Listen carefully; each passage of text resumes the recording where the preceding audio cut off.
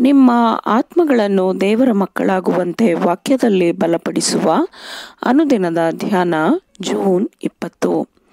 Ellen G white ರವರ sons and daughters of god ಎಂಬ ಪುಸ್ತಕದ 172ನೇ ಪುಟ. ಶೀರ್ಷಿಕೆ: ಮನಸ್ಸನ್ನು ಉನ್ನತಗೊಳಿಸುವ ಉತ್ತಮ ಪುಸ್ತಕಗಳೊಂದಿಗೆ. ಈ ದಿನದ ಸತ್ಯವೇದದ ವಾಕ್ಯ: ಈ ಪ್ರವಾದನಾ ವಾಕ್ಯಗಳನ್ನು ಓದುವಂಥವನು, ಕೇಳುವಂಥವರು ಈ ಪ್ರವಾದನೆಯಲ್ಲಿ ಬರೆದಿರುವ ಮಾತುಗಳನ್ನು ಕೈಕೊಂಡು ನಡೆಯುವವರು ಧನ್ಯರು. ಪ್ರಕಟಣೆ 1ನೇ ಅಧ್ಯಾಯ 3ನೇ ವಚನ.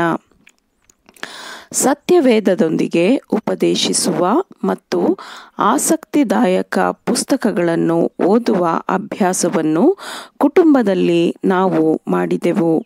ಹೀಗೆ ಅವರನ್ನು, ಅಂದರೆ ಮಕ್ಕಳನ್ನು ಆದರಿಸಿದ್ದರಿಂದ ಮಕ್ಕಳು ಯಾವಾಗಲೂ ಸಂತೋಷದಿಂದ ಇರುತ್ತಿದ್ದರು.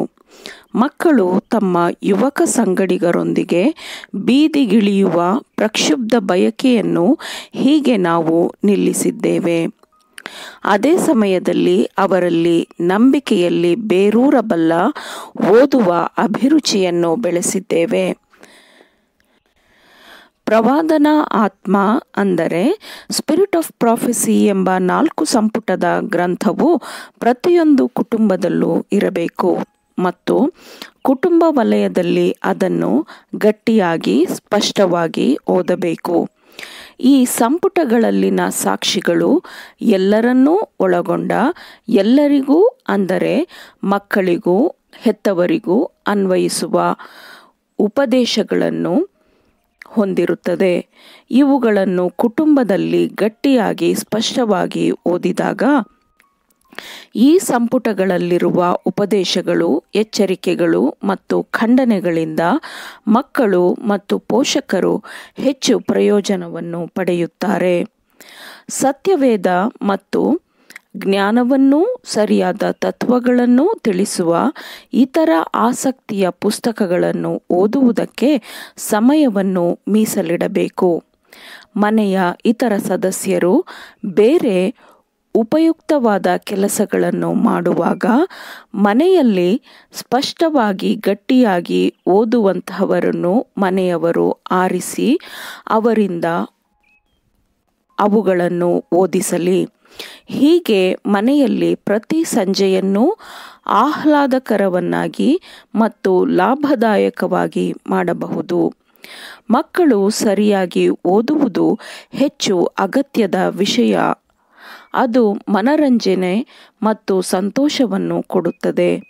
ಅದು ದೇಹವನ್ನು ದಣಿಸುವುದಿಲ್ಲ, ಮನಸ್ಸನ್ನು ನಿರಾಶೆಗೊಳಿಸುವುದಿಲ್ಲ. ಮಕ್ಕಳಿಗೆ, ಯುವಕರಿಗೆ ಓದುವ ವಿಷಯಗಳು ಇರುತ್ತವೆ, ಆದರೆ ಅವರಿಗಾಗಿ ಸರಿಯಾದದ್ದನ್ನು ಆಯ್ಕೆ ಮಾಡಿಕೊಡದಿದ್ದಲ್ಲಿ ಅವರು ತಮಗೋಸ್ಕರ ತಾವೇ ವಿಷಯಗಳನ್ನು ಆಯ್ಕೆ ಮಾಡಿಕೊಳ್ಳುತ್ತಾರೆ. ಅವರಿಗೆ ಎಲ್ಲಿಯಾದರೂ ನಾಶ ಮಾಡುವ ಗುಣವುಳ್ಳ ಪುಸ್ತಕಗಳು ಸಿಗಬಹುದು ಮತ್ತು ಅದನ್ನೇ ಮಕ್ಕಳು ಇಷ್ಟಪಡಲು ಆರಂಭಿಸಬಹುದು. ಆದರೆ ಉತ್ತಮವಾದದ್ದನ್ನು ಅವರಿಗೆ ಓದಲು ಒದಗಿಸಿದರೆ ಅವರು ಅದರ ಅಭಿರುಚಿಯನ್ನು ಬೆಳೆಸಿಕೊಳ್ಳುತ್ತಾರೆ. ಸರಿಯಾದದ್ದನ್ನು ಅಭ್ಯಾಸ ಮಾಡುವುದರಿಂದ ಕಡಿಮೆ ಕೀಳುಮಟ್ಟದ ಅವ್ಯವಸ್ಥೆಯ ವಿಷಯಗಳ ಬಗ್ಗೆ ಅಸಹ್ಯ ಮೂಡುತ್ತದೆ.